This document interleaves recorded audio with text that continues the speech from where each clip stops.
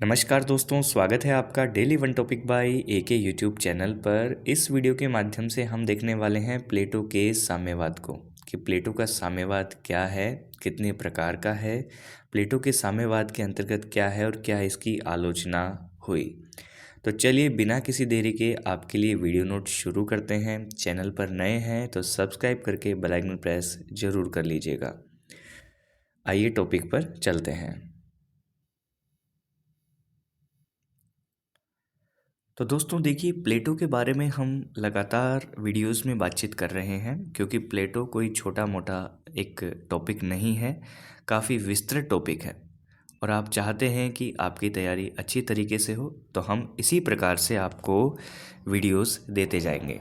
एक वीडियो में आप कुछ ना कुछ कंसेप्ट ज़रूर क्लियर करेंगे, ऐसा तो होने वाला है। ठीक है, तो चलिए शुरू करते हैं दोस्तों। देखिए, प्लेटो का जो साम्यवाद है, इसको हम समझने की कोशिश करते हैं।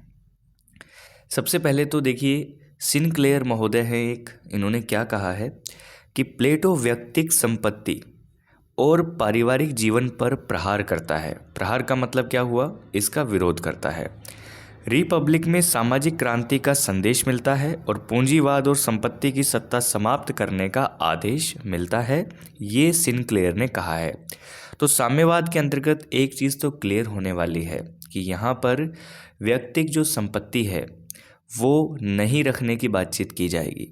पारिवारिक जीवन पर प्रहार का मतलब है जिस प्रकार से हम रिश्ते नातों में जुड़े रहते हैं, फंसे रहते हैं, हम अपने राज्य के लिए अच्छा श्रेष्ठ कार्य नहीं कर पाते।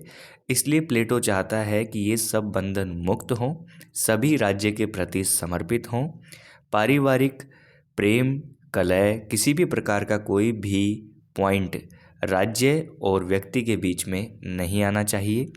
ठीक है, ये कौन कहते हैं, प्लेटो कहते हैं। और संपत्ति का किसी भी प्रकार का कोई भी अधिकार नहीं है।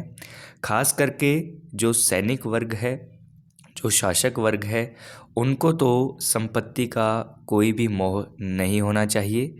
उनके लिए संपत्ति एक गैर ज़रूरी पॉइंट की तरह होनी चाहिए, जिसे वो बिल्कुल साइड में रखें और राज्य के प्रति समर्पित रहें। ठीक है, तो अब चलिए आपको बताते हैं इसके बारे में कि प्लेटो न्याय व्यवस्था हेतु, देखो प्लेटो का आदर्श राज्य है।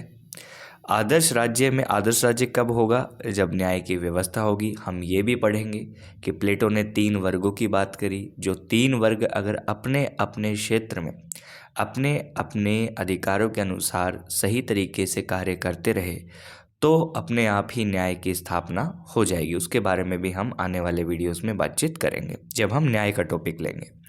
तो प्लेटो की न्याय व्यवस्था हेतु आदर्श राज्य में इस सामाजिक व्यवस्था को भी बताता है जो साम्यवाद है।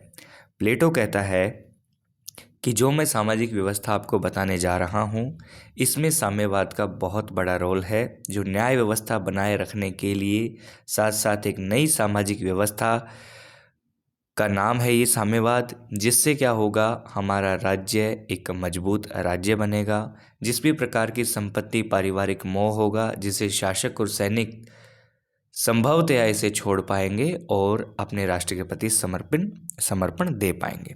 ठीक है, तो अब प्लेटो का जो ये साम्यवादी व्यवस्था है, ये राज्य के एक बहुत छोटे वर्ग को दर्शाता है, जिसके अंतर्गत हम कहें कि एक तरफ तो आपका राजा महाराजा शासक वर्ग हो गया और एक तरफ आपका सैनिक वर्ग हो गया। ठीक है, ये राजा महाराजा वर्ग हो गया और ये जो मैं लाइन खींच दिया ये सैनिक वर्ग हो गया। तो कितने वर्ग हो गए, 2। और ये दोनों वर्ग क्या जनसंख्या में अल्पसंख्यक होंगे या बहुसंख्यक? ऑब्वियसली ये अल्पसंख्यक वर्ग हैं।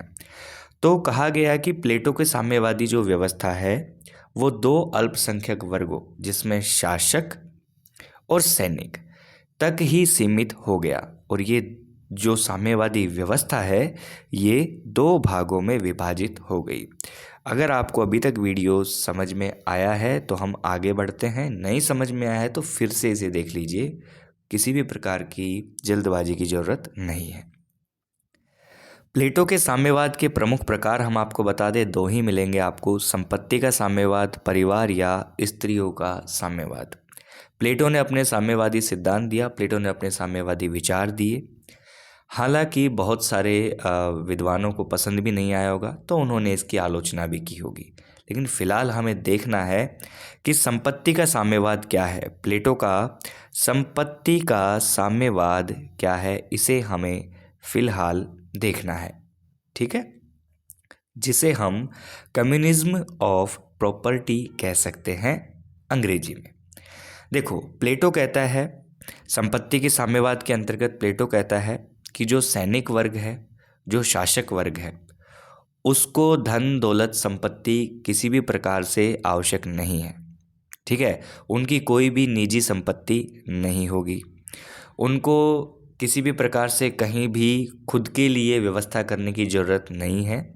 सामान्य जो भोजनालय की व्यवस्था होती है उसमें वो भोजन करेंगे, उनको गवर्नमेंट जो हाउसेस दिए गए हैं, सरकारी निवास दिए गए हैं, वहाँ पर वो रहेंगे, और उनको सोने चांदी से तो दूर ही रहना है। जितने भी प्रकार की ये मोह माया है, इससे दूर रहना है। ये किसने कहा है? प्लेटो ने कहा है, संपत्ति से संबंधित साम्यवाद के ऊपर। ठीक है, क्योंकि देखिए, ये जितने भी हमारी जो ये वस्तुएं होती हैं, सोना चांदी प्रॉपर्टी, ये हमारी कहीं ना कहीं नीयत ख़राब करती है। ठीक है, प्लेटो नहीं चाहते थे कि सैनिक और शासक अपनी निजी संपत्ति के ऊपर ध्यान लगाएं और राज्य का नुकसान हो जाए। वो चाहते थे कि आदर्श राज्य की स्थापना हो और सैनिक और शासक वर्ग के पास में किसी भी प्रकार की निजी संपत्ति ना हो। सार्वजनिक जो है उसका उपभोग करें, उपयोग करें और उसको एज इट इज़ रहने दें आने वाली पीढ़ी के लिए। ठीक है, ये कहते थे संपत्ति के साम्यवाद के अंतर्गत। अब आदर्श राज्य में जो भी शासक थे, इसका प्लेटो का शासक कैसा होगा? दार्शनिक शासक होगा। दार्शनिक शासक और सैनिकों को व्यक्तिगत संपत्ति से इन्होंने क्या रखा? दूर रखा। तो साम्यवाद का अर्थ यहाँ पर ये निकलता है कि प्लेटो इन चीज़ों से इनको दूर रखते हैं। क्या रखते हैं? दूर रखते हैं। अगर हम कहें कि भाई संपत्ति का साम्यवाद, तो भैया सैनिक और शासक वर्ग के लिए संपत्ति से दूर रहना है। अब परिवार और स्त्रियों का साम्यवाद भी आप समझ सकते हैं कि वहाँ पर परिवार और स्त्रियों से भी मोह माया नहीं होगा, मोह नहीं होगा। ठीक है, अब देखिए, प्लेटो का जो संपत्ति संबंधित जिसके बारे में हम अभी बातचीत कर ही रहे हैं, ये पॉइंट अभी ख़त्म नहीं हुआ है। तो ये कहते हैं कि एक संरक्षक वर्ग की तरह क्या करेगा? केवल और केवल सुरक्षा करेगा। ठीक है, सिपाही जो होते हैं वो कहाँ रहेंगे? वो डेरों में रहेंगे। सिपाही डेरों में रहेंगे, जिन्हें सोने चांदी छूने तक मना है, उन्हें छूना नहीं चाहिए, किसी भी प्रकार से प्रयोग में नहीं लेना चाहिए। इसी में यदि वो ऐसा व्यवहार करेंगे, डेरों में रहेंगे, किसी भी प्रकार का कोई मोह नहीं रखेंगे, इसी में सैनिक वर्ग की मुक्ति है। और ऐसा करने से वो राज्य के क्या बन पाएंगे? सच्चे रक्षक बन पाएंगे। क्या बन पाएंगे? सच्चे रक्षक बन पाएंगे। कौन बन पाएंगे? सैनिक वर्ग बन पाएगा। ठीक है, तो सैनिक वर्ग, शासक वर्ग, दोनों के लिए इन्होंने कहा है, सैनिकों के लिए कहा है कि तुम डेरे में रहो भाई, ऐसा कोई तुम्हें स्पेशल कोई घर नहीं चाहिए, क्योंकि तुम्हें राज्य के लिए ही कार्य करना है। ठीक है, तो मोह को छोड़कर जन कल्याण के लिए कार्य करने के लिए प्रेरित करना, ये था संपत्ति का साम्यवाद। ठीक है, किसी भी प्रकार से। तो प्लेटो का साम्यवाद भोग का नहीं बल्कि त्याग का मार्ग है। कैसा मार्ग है? त्याग का मार्ग है। त्याग करके आप अपने राज्य के लिए सेवा में जुट जाइए। ये कौन कहते थे?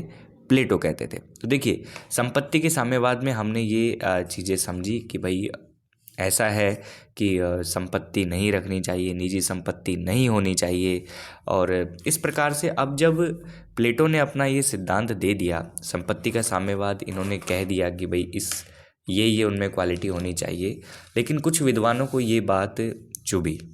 ठीक है, पहले तो प्लेटो कहता है कि सुनो, पहले इसके लाभ सुन लो आप। प्लेटो कहता है मेरी बुराई करने से पहले आप लाभ सुन लो। पहला लाभ तो ये होगा, जो वर्ग संघर्ष की जो बात चलती है, कार्ल मार्क्स ने भी जो कही, वो तो यहाँ पे ख़त्म हो जाएगी। ठीक है, असमानता समाप्त हो जाएगी। क्यों? ना कोई ऊंचा होगा ना नीचा होगा, सब बराबर होंगे, सब राज्य के लिए जिएंगे, तो असमानता समाप्त हो जाएगी। और कर्म और चिंतन की एकता स्थापित हो पाएगी। ये इसके लाभ बताए। किसने बताए ये लाभ? ये बताए प्लेटो ने। किसके? साम्यवाद के। ठीक है। अब प्लेटो ने तो लाभ बता दिए, लेकिन अरस्तु महोदय कहते हैं यदि संपत्ति साम्यवाद से उदारता की भावना समाप्त हो जाएगी तो प्रगति भी रुक जाएगी। ठीक है। वो कहते हैं कि जो पशु जगत के नियम है, पशु जगत के नियमों को मानना और मानव जगत पर उन्हें लागू करना ये संभव नहीं है, ये नहीं किया जा सकता। तो अरस्तु ने इसकी आलोचना की है। ठीक है। अब इसी प्रकार से हम आपको बताते हैं परिवार या स्त्रियों का साम्यवाद क्या है। परिवार या स्त्रियों का साम्यवाद क्या है? बिल्कुल सरल टॉपिक है, ऐसा कुछ नहीं है, लेकिन हमें हर टॉपिक के बारे में पता होना चाहिए। देखो, परिवार या स्त्रियों के साम्यवाद में भी सीधी सी बात आप समझ लीजिए कि निजी संपत्ति का निषेध करने के साथ साथ निजी परिवारों का भी त्याग करके सैनिक और शासक वर्ग राज्य के प्रति अपना कर्तव्य निभाए। ये कौन कहते? प्लेटो कहते। इसमें प्लेटो का ये कहना था कि जो भी शासक और सैनिक वर्ग हैं वो परिवार के मोह से, पत्नी के मोह से मुक्त होकर अपने कर्तव्यों का क्या करेंगे? पालन करेंगे। वो क्या करेंगे? अपने कर्तव्यों का पालन करेंगे। परिवार से मुक्त कैसे होंगे ये हम आपको बताते हैं। देखिए, परिवार या स्त्रियों के साम्यवाद में कुछ बातें हैं जिनके ऊपर हमें बातचीत करनी है, जोर देना है। प्लेटो कहते थे कि विवाह होंगे, विवाह नहीं रुकेंगे। आप सोचेंगे कि भाई विवाह ही नहीं होंगे, विवाह होंगे, संतानें भी उत्पन्न होंगी, लेकिन संतान पर पिता माता का या माता पिता का संतान पर कोई भी अधिकार नहीं होगा। जैसे ही विवाह होता है, कोई संतान उत्पन्न होती है, संतान उत्पन्न होते ही उसे माता पिता से दूर कर दिया जाएगा ताकि वो किसी भी प्रकार के पारिवारिक प्रेम में अपने माता पिता के लिए या माता पिता अपने पुत्र के लिए मोह में पड़ें। वो केवल और केवल किसका होगा? राज्य का होगा। ठीक है। तो जितने भी वैवाहिक जोड़े होंगे उसमें क्या होगी? स्वतंत्रता होगी। उसमें क्या होगी? स्वतंत्रता होगी। चाहे आप इसको किसी भी तरीके से समझ सकते हैं। तो वैवाहिक जोड़ों में स्वतंत्रता होगी। अब प्लेटो का ये मानना था कि इससे हमें जो पीढ़ी प्राप्त होगी, जो हमें नस्लें मिलेंगी, वो बहुत ही शानदार मिलेंगी, क्योंकि उनमें किसी भी प्रकार का पारिवारिक मोह नहीं होगा, उनमें किसी भी प्रकार का पारिवारिक कलह नहीं होगा, पारिवारिक खुशियाँ जो ये होती हैं ये चीज़ें नहीं होंगी।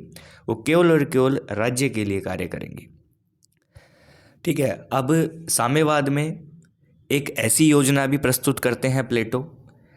कहते हैं कि स्त्रियों को घर की चार दीवारी के घुटन में जीवन से बाहर निकालकर राजनीतिक और सामाजिक जीवन में खुली हवा में सांस लेने दिया जाना चाहिए।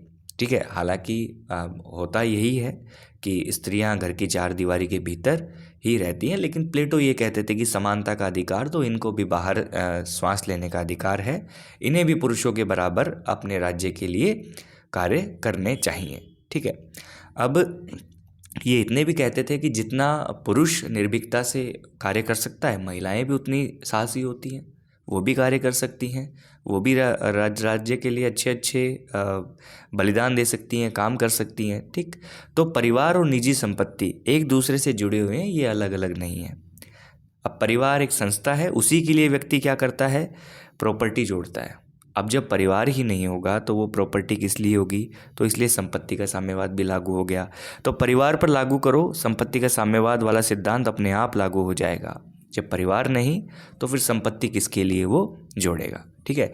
तो परिवार और स्त्रियों के इसमें हम कह सकते हैं। अब इनका मानना ये था कि इससे श्रेष्ठ संतान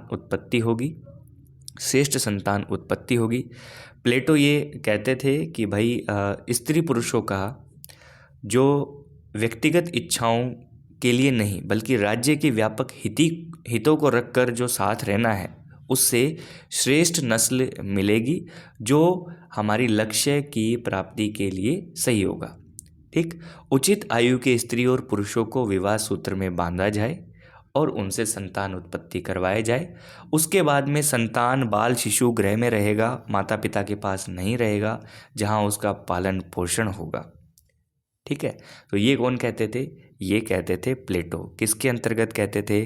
परिवार या स्त्रियों के साम्यवाद के अंतर्गत। महिलाओं को इन्होंने मुक्त कर दिया। स्त्रियों का जो प्रजनन एज बताई इन्होंने, ये बताई इन्होंने 20 से 40 वर्ष। 20 से 40 वर्ष के बीच में स्त्रियां यदि बच्चा पैदा करती हैं तो वो श्रेष्ठ समय है। पुरुषों के लिए जो प्रजनन उम्र बताई इन्होंने वो 25 से 55 वर्ष तक बताई। 25 से 55 वर्ष तक बताई, 20 से 40 और 25 से 55 की इस दौरान यदि कोई स्त्री और पुरुष राज्य के लिए, खुद के लिए नहीं, क्योंकि यहाँ पर साम्यवाद वाली बात है, संतान पैदा करती हैं तो वो श्रेष्ठ समय होता है। ये कौन कहते हैं? ये प्लेटो कहते हैं। ठीक है, तो इस अवस्था तक प्रजनन करेंगे, बच्चे पैदा करेंगे, लेकिन उन बच्चों को कहाँ छोड़ देंगे? उन बच्चों को पालन गृह में छोड़ देंगे या फिर किसी भी तरीके से छोड़ देंगे। पिता भी छोड़ देगा, माता भी छोड़ देगी, और वो जो संतान है वो पलेगी बढ़ेगी, लेकिन वो अपने पिता माता को नहीं पहचान पाएगी, ना माता पिता अपने बच्चों को इन फ्यूचर पहचान पाएंगे। ठीक है, स्त्रियों को स्वतंत्रता होगी, पुरुषों को भी स्वतंत्रता होगी, अन्य के साथ सहवास की स्वतंत्रता होगी। ऐसी ऐसी बातें प्लेटो ने अपने अध्ययन के अंतर्गत कही है। नवजात का पालन पोषण जो है वो राज्य के द्वारा किया जाए, कोई भी माता पिता के द्वारा नहीं, राज्य के द्वारा किया जाए, और वो बच्चा भी किसका होगा? राज्य का ही होगा। उसमें इन प्रवृत्तियों का तो बिल्कुल अभाव होगा।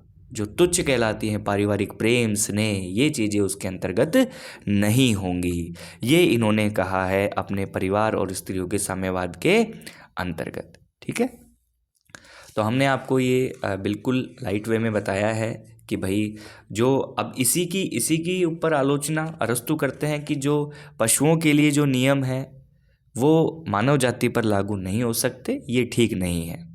अरस्तु कहता है कि पशु जगत के नियमों को मानव जाति पर लागू करना ये ठीक नहीं या लागू नहीं किया जा सकता, इन्होंने कहा है। ठीक है, किसने? अरस्तु ने आलोचना के अंतर्गत कहा है। क्योंकि देखिए इसमें जो परिवार वाला जो साम्यवाद है ये मानव जाति और पशु जगत दोनों की तुलना कर रहे हैं। कौन? अरस्तु कर रहे हैं। ठीक है, तो हमने इसको देखा, संपत्ति के साम्यवाद को देखा, परिवार व स्त्रियों के साम्यवाद को देखा, सैनिक और शासक वर्ग जो अल्पसंख्यक वर्ग हैं इनके लिए ये लागू होता है कि किसी भी प्रकार से आप मोह माया में ना पड़ें। परिवार नहीं होगा, आपके बच्चे नहीं होंगे, बच्चे तो हैं लेकिन वो राज्य के बच्चे हैं, तो आप संपत्ति के लिए नहीं दौड़ेंगे, संपत्ति के लिए नहीं दौड़ेंगे, आप में कोई मोह नहीं होगा, कोई प्रेम नहीं होगा, परिवार की आसक्ति नहीं होगी, और आप राज्य के लिए कार्य करेंगे। राज्य के लिए क्या करेंगे? कार्य करेंगे। तो प्लेटो का जो संपत्ति रिलेटेड जो साम्यवाद है वो समाज में संघर्ष और फूट बढ़ाएगा। ये किसने कहा? अरस्तु ने कहा। ठीक है, तो प्लेटो का साम्यवाद विविधता का शत्रु है, ये भी अरस्तु ने कहा। प्लेटो ने जो संपत्ति के गुणों की अवहेलना की है, इस प्रकार से तो समाज का विकास नहीं हो सकता, ये अरस्तु ने कहा। तो प्लेटो का साम्यवाद प्रतिक्रियागामी है। प्लेटो का साम्यवाद कैसा है? प्रतिक्रियागामी है, ये भी अरस्तु ने कहा है। तो दोस्तों साम्यवाद के अंतर्गत आप अच्छे से समझ गए होंगे। ठीक है, तो एक चीज़ और समझ लीजिए, इसमें जो शासक स्त्रियां हैं वो सब शासक पुरुषों की समान रूप से पत्नियां होंगी, ये परिवार या स्त्रियों के साम्यवाद में है। तो आपको कथनों वाले प्रश्नों में ये मिल सकता है, इस प्रकार के जो क्वेश्चन आते हैं जो फैक्चुअल नहीं होते, कथन और निष्कर्ष से रिलेटेड आते हैं, या फिर इनमें से कौन सा परिवार या स्त्रियों के साम्यवाद में प्लेटो से रिलेटेड नहीं है, ऐसा प्रश्न पूछा जा सकता है। तो उन सभी प्रश्नों की तैयारी के लिए हमें इस प्रकार का अध्ययन करना आवश्यक है। तो आपने यदि वीडियो नोट पूरा देखा है तो वीडियो को लाइक करके जाइएगा, शेयर कर दीजिएगा, और चैनल पर नए हैं तो सब्सक्राइब करके बेल आइकन प्रेस जरूर कर लीजिएगा। ये वीडियो नोट देखने के लिए बहुत बहुत धन्यवाद।